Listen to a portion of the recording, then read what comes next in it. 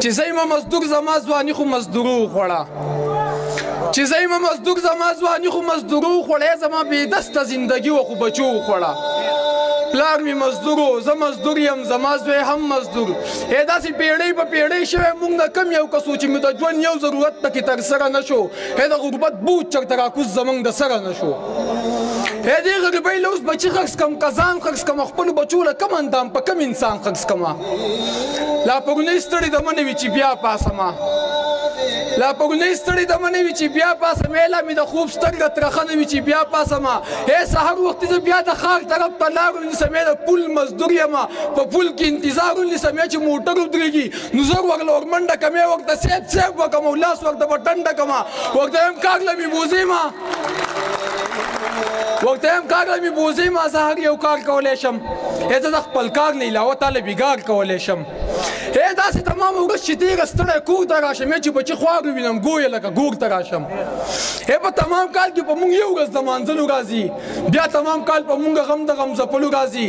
نساک صاحب موږ مزدورکاره خوشحالي هم په تېرو کې تېرو موږ مزدورکاره خو اختر هم په تېرو کې تېرو خو داسې مې یاد چې پخوا زه چې لا ماشوم وم په هېڅ نه پوهېدم نه مې د پوزې پاکول زده کړی نه مې پرتوګ سم اغوستل زده کړي د پلاک له پاتې شوم ډېر وړوکی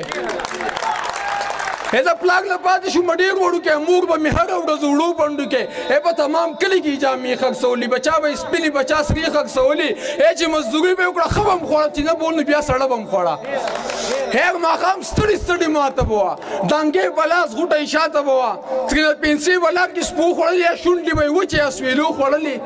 چې د ښه او بد په پوهېدو شومه زه د سکول د تلو او د راتلو شومه زه نو کتابونو له پیسې نه وې زما بستنه او جامې نه وې ما موږ ته چغې او سورې کړلې منډې به ما تر دروازې کړلې موږ به په منډه رایسا کړم او د سکول وړو ته به یې خوار کړم یو داسې وخت و چې زه پاس شوم زه ور داخل په بلې کلاس شوم بیا کتابونو له پیسې نه وې هم قلمونو له پیسې نه وې نو مالت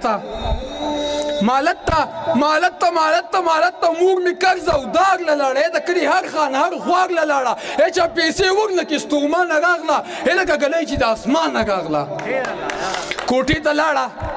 کوټې ته لاړه صحیح په پټه راوړو پټ د پلو لاندې غوټه یې وړی لږ ساعت پسې کتابونه لاس کې بسته یې راوړه قلمونه لاس کې ما ورته ویلې مورې تا څه شی یې وړو دا کتابونه دي د کوم یې راوړو نو خبرې چې ویلې ما سړه غوټۍ خرڅه کړه ما ستا روزي په یوه ټۍ خرڅه کړه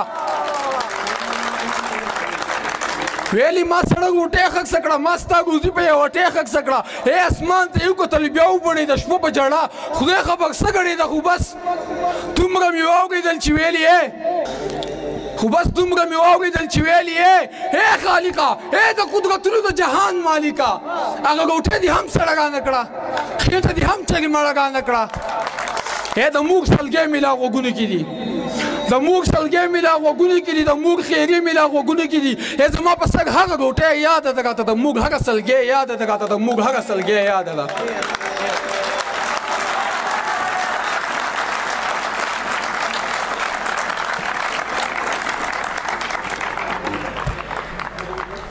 ډېره لا